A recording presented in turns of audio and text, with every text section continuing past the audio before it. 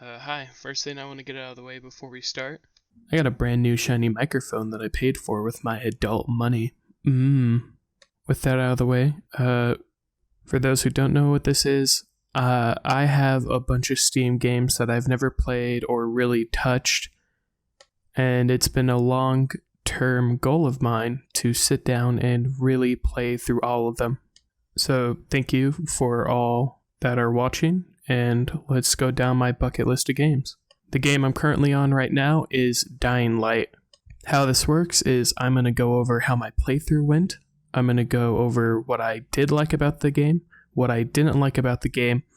Then I'm going to slap it on a tier list. Then I'm going to recommend it out of 10 on how much I recommend you buy the game. With all of the intro stuff out of the way, let's go over how the game went. The game starts on the Apex drop carrier, where Crane gets ready to get another Apex dub. He jumps out right into getting jumped. Crane gets jumped by some goonies, then by zombies, then saved by the zoomies. Yeah, it doesn't work. One of the zoomies gets downed and then full killed. The other zoomie saves you and takes you to their home base, the tower. You sleep on their couch for 3 days and then your lazy ass finally decides to get out of bed to do your job. You get up, walk around, and meet Raheem. He calls you a lazy bitch, rightfully so you get a little pissy. He mentions that there's someone trapped on the 13th floor, and Crane sees this as an opportunity to please his ego. After clubbing the poor victim's brother to death, you make the world's laziest medkit known to man, and try to run up to meet Daddy Raheem. Raheem tells you good job and says he'll train you, and what I mean by train you is that he shows you how to use your legs, and then attempts to take his own life after he sees you fuck up the elevator portion of the course a million times. And since we're on the parkour section, I'm going to take a second to talk about the control scheme. The controls are set up in a weird way, but over time, you'll understand why they are set up the way they are. How they have them set up makes combat and parkour seamless from each other, and it's one of the most ingenious control schemes I've ever gotten to use. You can honest to God do just mindless parkour for hours without getting bored. And while I can say a thing or two about the combat system by itself, together, they flow so well, and it makes it such a big highlight of the game. During training with Raheem, you start doing the juice world, and Raheem makes fun of you for being a baby. He tells you it's a sign that you're turning and that you need to go take some antisense. And the only person that has antisense is a man named Dr. Zier. After walking around like a newborn calf for about 30 seconds, you find Dr. Zier's trailer, like about 20 paces away from the tower. Pointless to have him there, but plot points aside, you get that good medi, and then you're ordered to help Spike, who tells you to go arm some booby traps. This gives you an opportunity to explore the city. You explore, arm some booby traps, clear a safe house, throw a firecracker or two. You also probably leveled up by this point and get introduced to the leveling system. It's some pretty basic shit. You also learn it's pretty much the only incentive to do side missions. After doing Spike's chores, you're told it's bedtime. You go to sleep in the safe house, wake up, and learn that the leader got his shit ran during the night. You start headed towards the tower to meet the leader and give him a get well soon card. But before you can do that, the game informs you that the campaign is multiplayer. I guess they were so happy about this function that every time you die, the game calls you shit, and to stop being a coward and just turn on multiplayer. Anyways, before you leave, Spike gives you access to the booby traps placed around the map, which came in handy once. You tell the GRE that you're off to meet the leader of the tower. They hit you with a K and hang up. You walk into the tower to see a man throwing a fit, and you realize that the leader of the tower is none other than Max Mofo. Give the goblin some gold! Give the goblin some gold! Not really. He just has a thick Aussie accent, so I'm just going to dub over everything he says with Max Mofo quotes. After volunteering to do more chores, the doctor lady pulls you aside and informs you that side missions are now unlocked and asks if you can do them. Obviously, I tell the good doctor to get bent and run off to do my fetch quest. I do some running around, I get edged by a crate, run over to a different one, and find antisense. Then I call the GRE. The GRE, being the fucking pranksters they are, told me it would be pretty funny if, I don't know, I destroyed the life-saving medicine. I agree that would be pretty funny. And instead of stashing like 1 or 2 vials for myself, I actually destroy all of it. By the way, not only was that a pretty convenient fire to still be lit and next to the care package, but those boxes don't look very fucking flammable. So all Jade has to do is run over to me and see the evidence that I didn't destroy very well. Plot holes aside, by the time I'm done dicking around at the airdrop, it's super late and it forces you to do something called fucking nighttime running, where we meet the new zombie type, called nightmares. We're also shown how the new pursuit system works. They're kind of like stars in GTA, but they actually mean danger. I'm actually just kidding. It's nothing like GTA's baby points. It just means how many nightmares are pursuing you, which multiplies your XP accordingly. I actually made it all the way back to the tower safely. My first death, however, was me playing some stupid games and winning some stupid fucking prizes. Jesus! Fucking Christ! He killed me? Don't worry, here soon, we'll be seeing that screen a lot more. I go up to Max Mofo and ask him how I can help. You know, like a real friend. He says someone needs to go beg Rise for some antizen. It should go without saying, I was the one who was picked to go. I quickly made it all the way to Rise's lair, bully his bodyguards for being nameless goons, and made them too sad to stop me from entering. Right as I enter, it starts playing his introduction cutscene, but my roommates were in my room at the time, and they decided to pull a funny prank on me and skip it. So I might have missed some really important lore here, who knows. I head inside to meet this stallion of a man known as Kahim. He is really the realest guy you'll meet in the whole game. He's fucking great. He slaps my ass and tells me to go fix some fucking tower. But before we do that, I unlocked the dropkick ability, ran outside, and found 2 very unlucky zombies. And it was pretty fun kicking their fucking teeth in. Until I won some more stupid prizes. I made it to the tower and I was greeted to a horde of zombies. This is kind of the first horde you have to deal with. You need to get into the building right next to the tower to turn the power on. Because the tower is unclimbable without it or something. Yeah, I don't get it either. But right as you open the garage to the building, the new zombie type rears its fat head. They're called spitters. They're 2 things most of the time. They're either the easiest zombies to pack, or they ruin your fucking day. So after playing some more stupid games, I eventually got the power on, and started to scale the tower, just to find out someone's already salvaged the tower for parts. What a huge waste of my time. Kahim lets me know that there was another tower inside of a safe zone. Like, the whole time. Awesome. I get called a bad man, I turn on the tower, then I run home back to Daddy Rice. After I get back, Crane asks Rise about the antizen, and like the girl boss he is, he starts gaslighting me. He sits there and tries to convince me that there was never any antizen promised. He does say, verbatim however, for this next job, I would get 2 crates of antizen. Wow. I wonder if he's gonna lie to me twice. Who knows? I'll go back to Kahim and he tells me to go collect some money from people. So I head out. I do some sightseeing, I threaten to break an old man's legs, and I quote unquote, according to Kahim, do some protecting. On my way back, he asked me to make a pit stop to check in on someone. Yeah. You know that one joke from Rick and Morty where Rick tells Morty that it's just going to be a 20-minute adventure in and out? Yep. Upon making it to the marker on my map, I see that the whole squad got wiped, except for one guy who is clearly wearing Rise's faction clothing, and underneath him is a body that has blueprints that I need. This guy on the roof starts rocking my shit with that rifle of his. I deadass died 30 fucking times to this guy.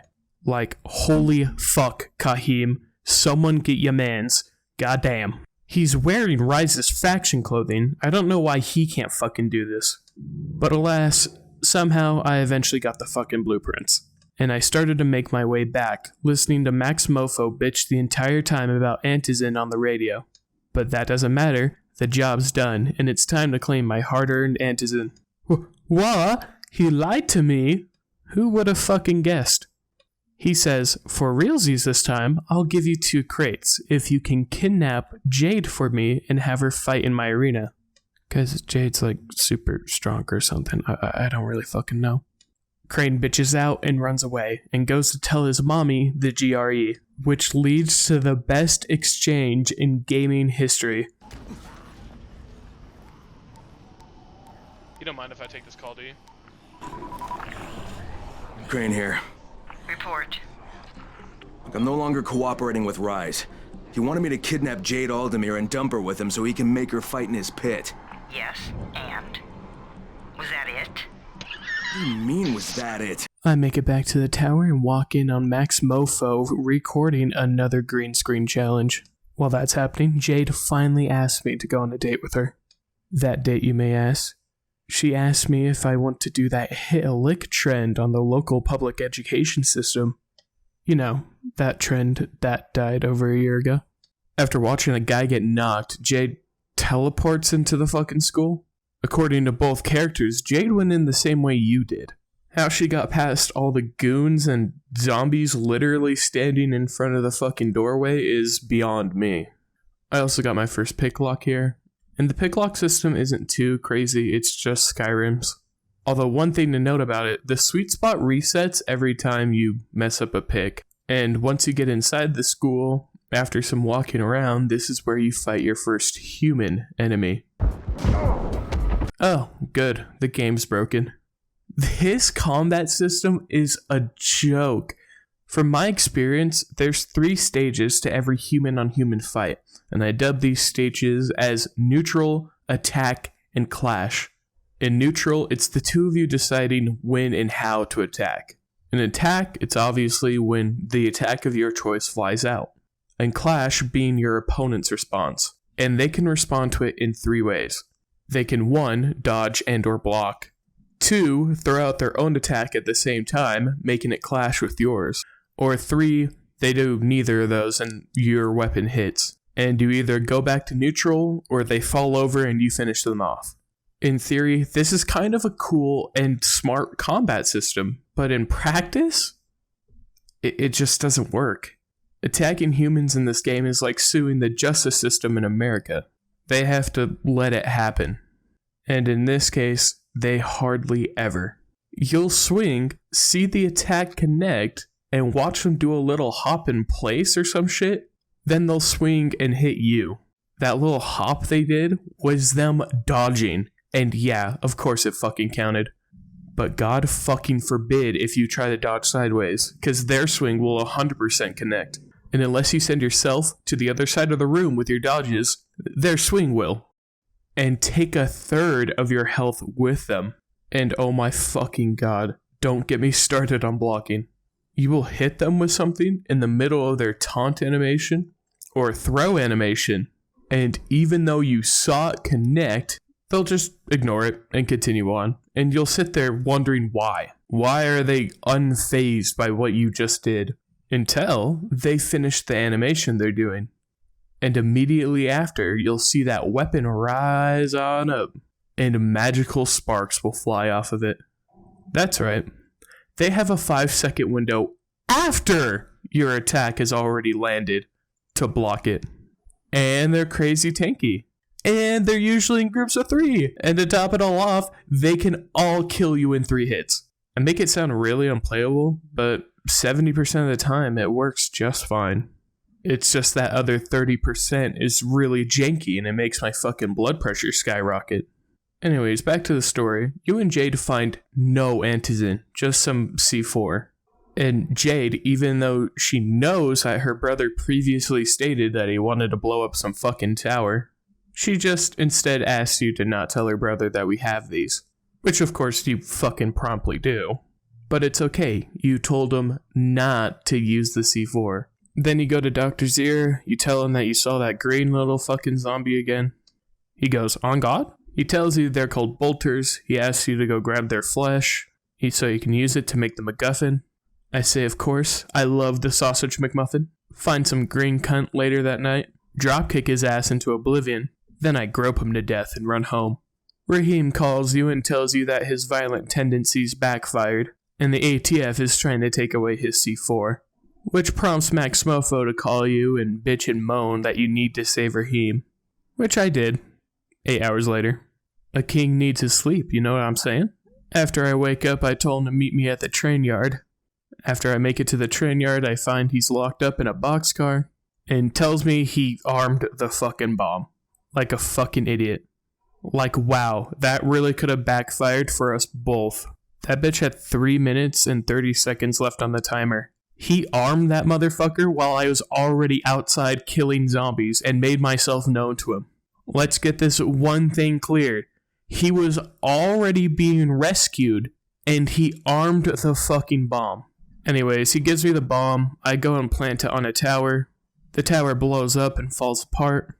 And me and Raheem celebrate by having a tickle fight. Raheem, stop! Raheem throws a fit and starts pouting on the floor, which makes Crane a little angry that he's throwing a fit. You goddamn stupid fucking kid! I go home to see Max Mofo having yet another tantrum, and while this is happening, I look outside the window to see Zier getting his shit licked. Man, only if they moved that trailer like 20 feet closer to the fucking tower. Seriously, it would take him like a day to move. He's already basically at the tower. Like, the whole situation could have just been avoided if he moved his trailer like 20 feet to the right. There's literal people armed with guns in here. Obvious plot holes aside. Max Mofo does even more bitching and groaning about how you need to save Dr. Zier, entering Rise's old compound, and with fighting through more horseshit and jank. You go downstairs to see men with guns.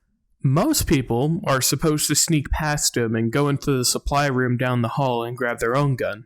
I, however, took a more direct approach, and I just went to the closest man to me and asked kindly for his gun. It took some convincing, but he eventually forked it over.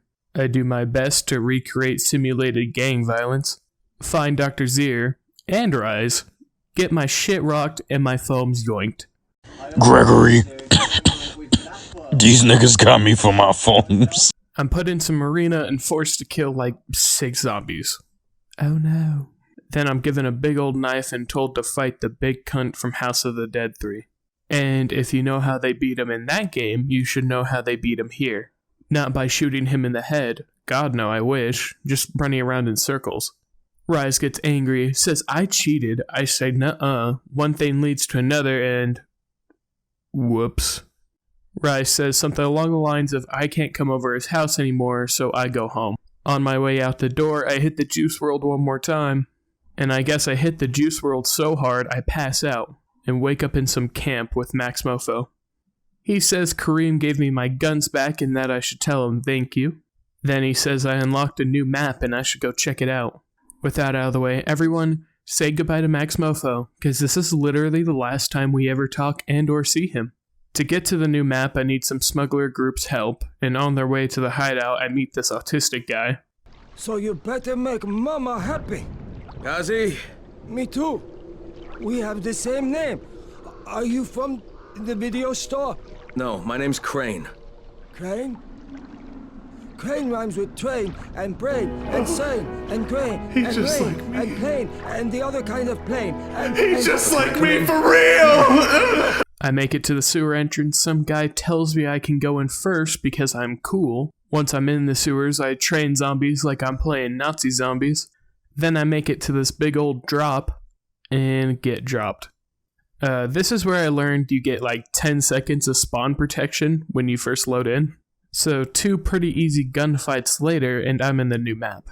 Right as I load in, I get contacted by this lady who's a super fan, and we decide to meet in person, where I witness the most awkward intro to a character ever. Hey, I'm Kyle Crane. It's good to finally put a face with... The girl we just met is named Troy, and she was so offended by Crane's stupidity that she let Crane know that his girlfriend is ignoring him. Crane, trying to make things right, chases after his lover and follows her footsteps right into the local library. She tells the librarian to leave Crane a cryptic message, a picture of her brother, and a message saying not again. The GRE, assuming they're just as done and sick with this love story as I am, remind Crane that this is not a virtual novel and that they're going to turn the whole city into rubble. Crane and Troy devise a plan to inform the public that there's still innocent people in the city by painting a frowny face on a tower. A few stops later, and I find myself at the bottom of the tower. I hit the juice world, sneak up on a guy, we talk about girls, then with a handful of explosives, I run off to do my premeditated terrorist attack. All I have to do in this section is locate 4 different ovens, turn them on, plant a charge. I won't lie, this section was absolutely fucking terrifying. You can't see for shit in this tower, and your flashlight dies like every 40 or so seconds. And every door sounds like it has 1,000 zombies behind it. So you constantly get this feeling that you're surrounded, and it just takes like one key moment to have you swarmed and killed. And on top of that, if you were either loud or took too long, the game quietly spawned in some volatiles. You know those Gmod videos on TikTok where the guy's in the back rooms and he's being chased around by a bunch of JPEG images? That's what that felt like. You also meet the new zombie type, which is just a child that screams kind of really loud. Sadly, during my playthrough, I never thought about drop kicking the little shit. Plus, the scream kind of does an AoE damage stun, so I'm not even sure if it would work. Anyways, I get all the charges planted, and after my teammate faints his death, for whatever fucking reason, I set the charges off by myself, painting a big old frowny face on the tower.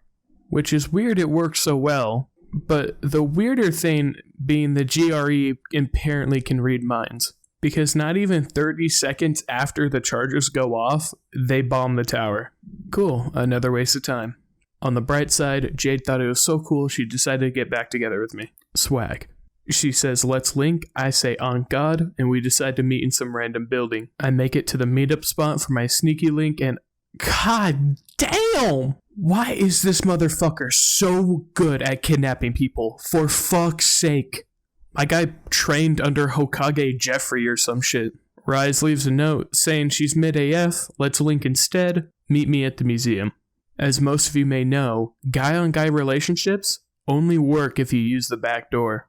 I sneak in and realize every single motherfucker in that building has 10 plus perception. Or fucking something along those lines, because I was instantly spotted. 1, 2, 3 gunfights later and I find Jade. I'm so happy I hit the juice world again, but Rise thought I wasn't juice enough and tossed us down to perk 30. Me and Jade decide I take it, I geek the fuck out, and have a spiritual awakening and realize Jade really was mid AF. So just like her brother, I challenge her to a tickle fight. Time to go out like your brother did. Yeah, looks like I'm still the reigning victor. After a pretty messy breakup, Rise informs me that we can't be together unless I beat his sugar daddy.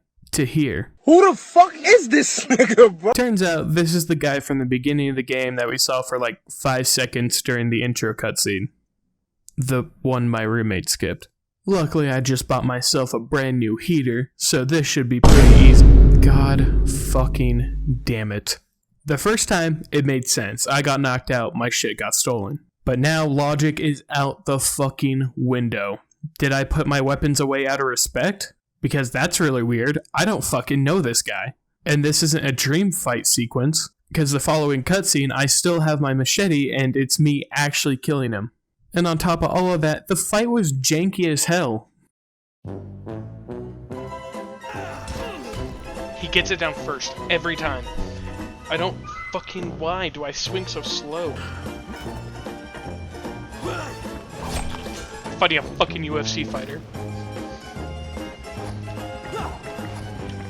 I'm playing first-person RuneScape.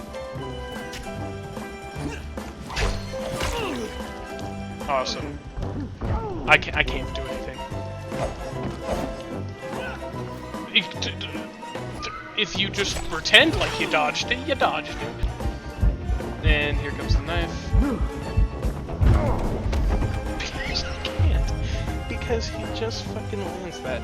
But when I'm fucking slamming him in the chest with the fucking sharp end of my machete. Nuh-uh, I dodged that. But do you see that? If I wasn't a gamer god, that would have been a hit. You're literally on fire. To him, you're to here. To here. You are on fire, Deer! Deer! I murder this poor side character, then I grab my shit and leave. Of course, we're still about to get bombed, so I'm told to hijack this radio tower to inform the pilots that they're about to bomb the fuck out of someone. Which is why they suppressed our first attempt to contact, right? They pull out last second, and the GRE come crawling to me on their hands and knees.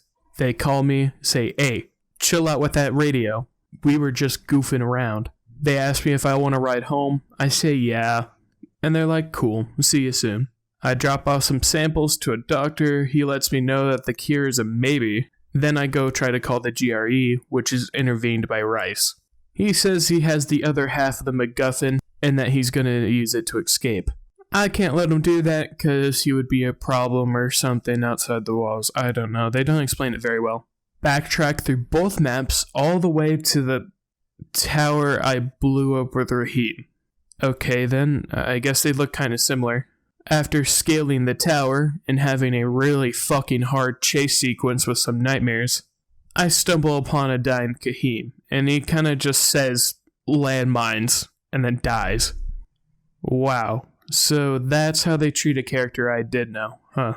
What an unsatisfying death. Cool.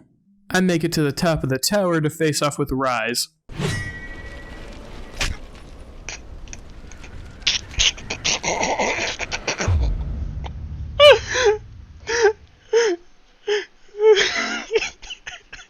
Fucking got me. He fucking got me. Oh, that was hook, line, and sinker. Wow, did this fight feel forced? Like, I know he injured my arm, but it was still usable. I still used it. This guy is missing a whole hand. I am fighting a cripple. Am I taking pity on this guy? I take the MacGuffin out of the cripple's hands, or lack thereof, and push the poor guy off the building. The GRE, showing up in a helicopter, says Uber's here. Bring the MacGuffin and we'll go. Tell them I can't because they'll just bomb the city the second I leave. Or something along those lines, I don't really know. Credits roll. I won't lie, that game was pretty tense. All the post-game stuff is just a free roam mode and a bunch of more costumes. Now that the game's officially over, this is the part where I'm going to go over what I did like about the game, what I disliked about the game, and where I slap it on a tier list. Let's start with what I did not like about the game. Starting with the combat system.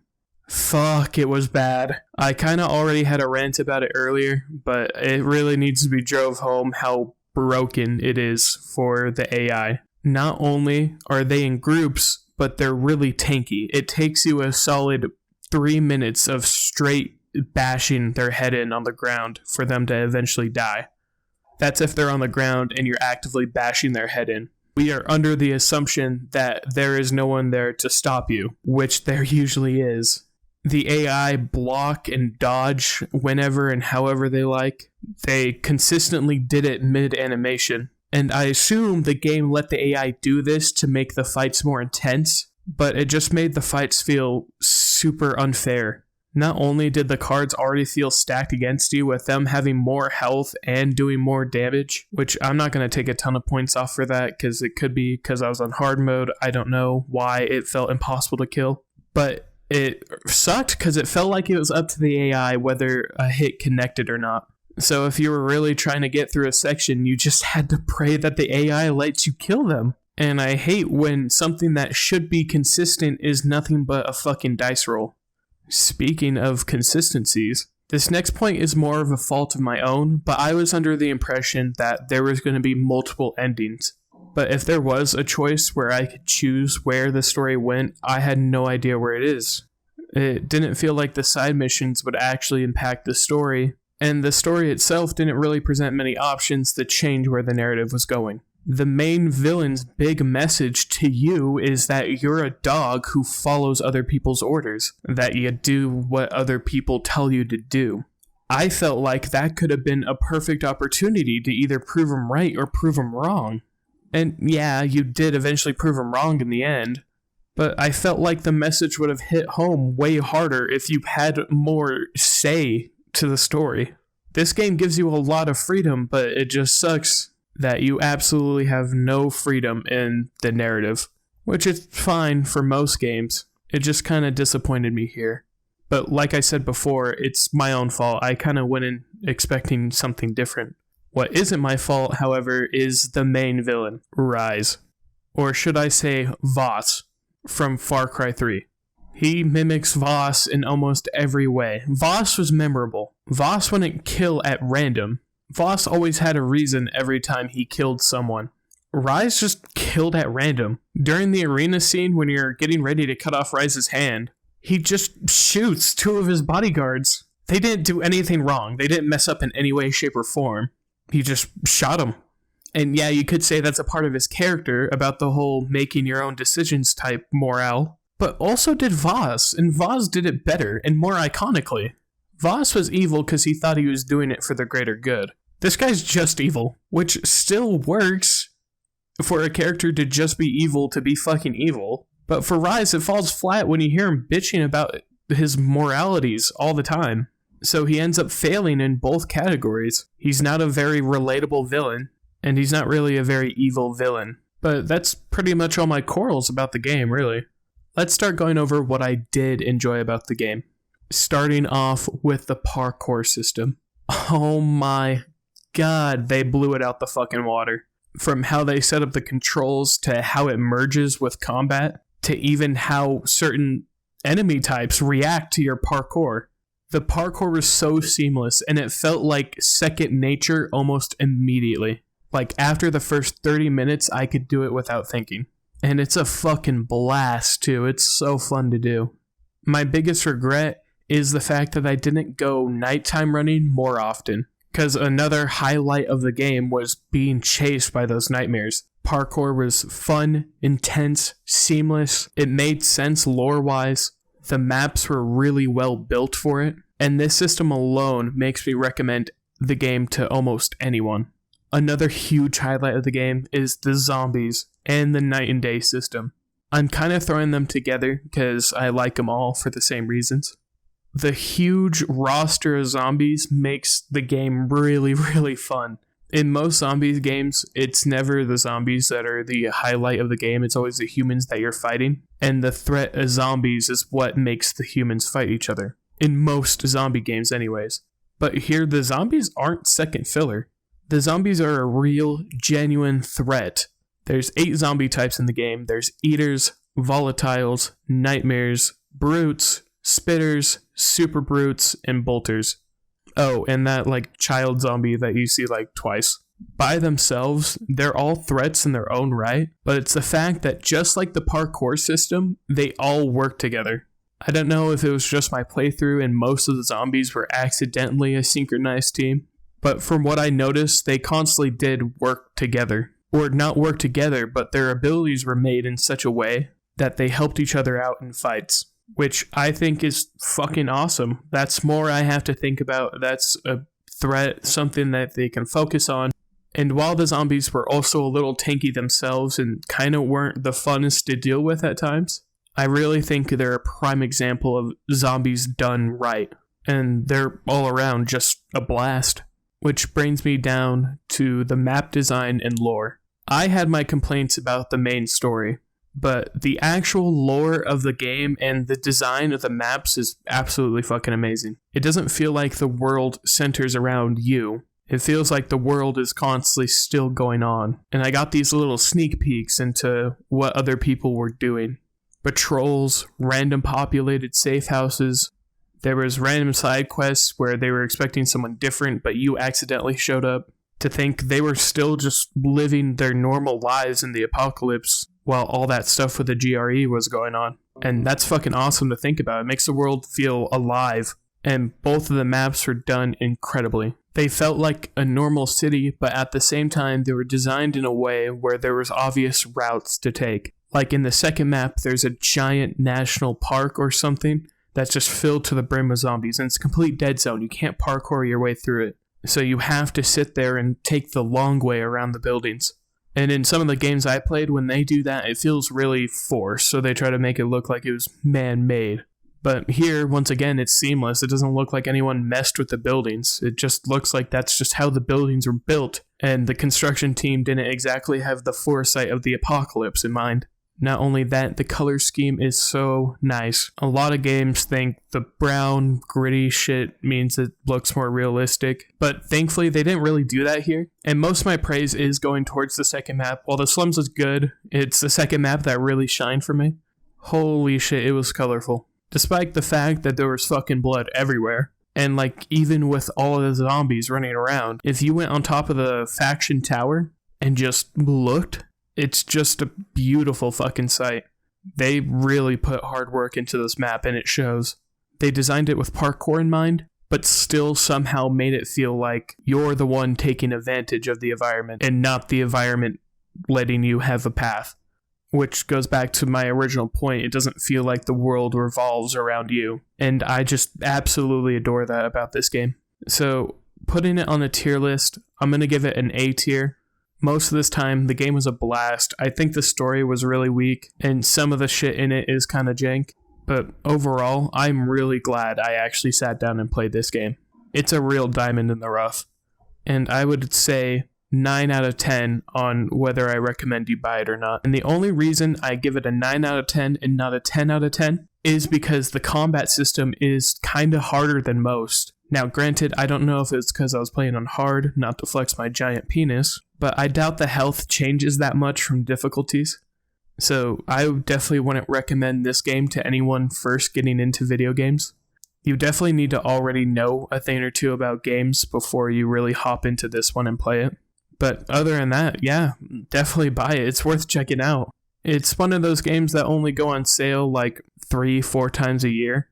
But it goes down to like $5 on a Christmas sale, which is when I personally picked it up. So if you're looking for a fun zombie game and you got $5 and it's around Christmas time, oh my god, give it a shot. Other than that, I'm going to spin the wheel and see what my next game is.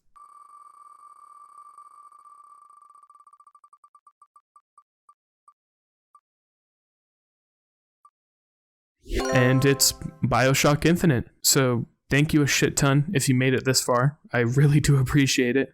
Like I said before, it's kind of hard to beat games within a week, especially with this one. I had a lot of trouble with this one, but I'm pretty happy with my consistency so far. But that's pretty much all I have to say. Thank you again if you made it this far. That's really huge, and I really do appreciate it if you did watch all this way. And I guess I'll see you next time.